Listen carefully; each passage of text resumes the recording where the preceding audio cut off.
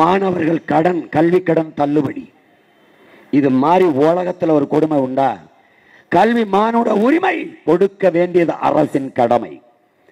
அதை கொடுக்காமல் இருப்பது மாபெரும் கொடுமை. அதை போராடி பெறாமல் இருப்பது அறிவிழந்த மடமை. கல்வி மானுட உரிமை, அதை கடன் வாங்கி படிக்கிற நிலைமையில் என்னை வைத்தவன் எவன்? இது என்ன அரசா தரிசா? என்ன கல்வியை கடன் வாங்கி படிக்க வச்சிருக்க? படிக்க வைக்கிறது உனக்கு வந்து புடுங்கிற வேலை. இங்க என்னை படிக்க வைக்கிறத தவிர, இந்த மண்ணில் இந்த நாட்டில் பிறந்ததை தவிர நான் செய்த பிழை என்ன? கல்விக்கு வரி எடுக்கிறியா இல்லையா? எடுக்கிற. எஜுகேஷன் டாக்ஸ் இருக்குல்ல, அப்புறம் ஏன் என்னை படிக்க வைக்கல? கல்வியை ஏன் தரமா கொடுக்கல?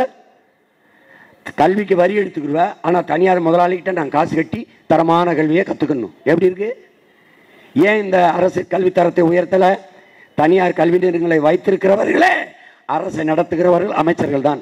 எல்லாருக்கும் கல்வி, எல்லாருக்கும் கல்லூரி இருக்கு, மருத்துவக் கல்லூரி இருக்கு, பொறியியல் கல்லூரி இருக்கு, எல்லாருக்கும் பள்ளிக்கூடம் இருக்கு. அப்ப அரசு கல்வியின் தரம் இருந்தால் இந்த கல்லூரிக்கு வர்ற வியாபாரம் படுத்துக்கிறோம். எப்படி இருக்கு? எப்படிப்பட்ட கட்டமைப்பு பாரு.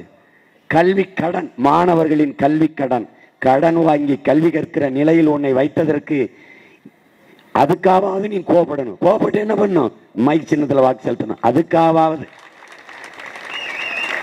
இதை மாற்றணும்னு நினைக்கிறோம்.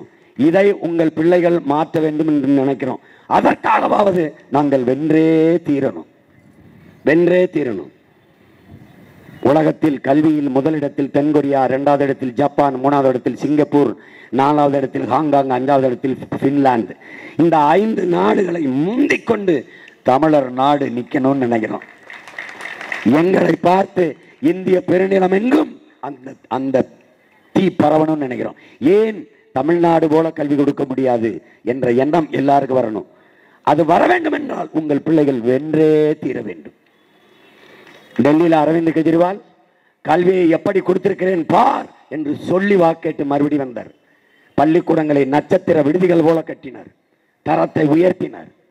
கேரளாவிலே பினராயி விஜயன் 30 விழுக்காட்டு மாணவர்கள் அரசு பள்ளி கல்லூரியை நோக்கி திரும்புகிற அளவுக்கு கல்வியின் தரத்தை உயர்த்தினார். ஆனா இங்க பள்ளிக்கூடங்கள் சமாதி போல கிடக்கிறது, சுடுகாடு போல. சமாதி பெரிய பெரிய நட்சத்திர விடுதி போல கட்டப்பட்டிருக்கிறது.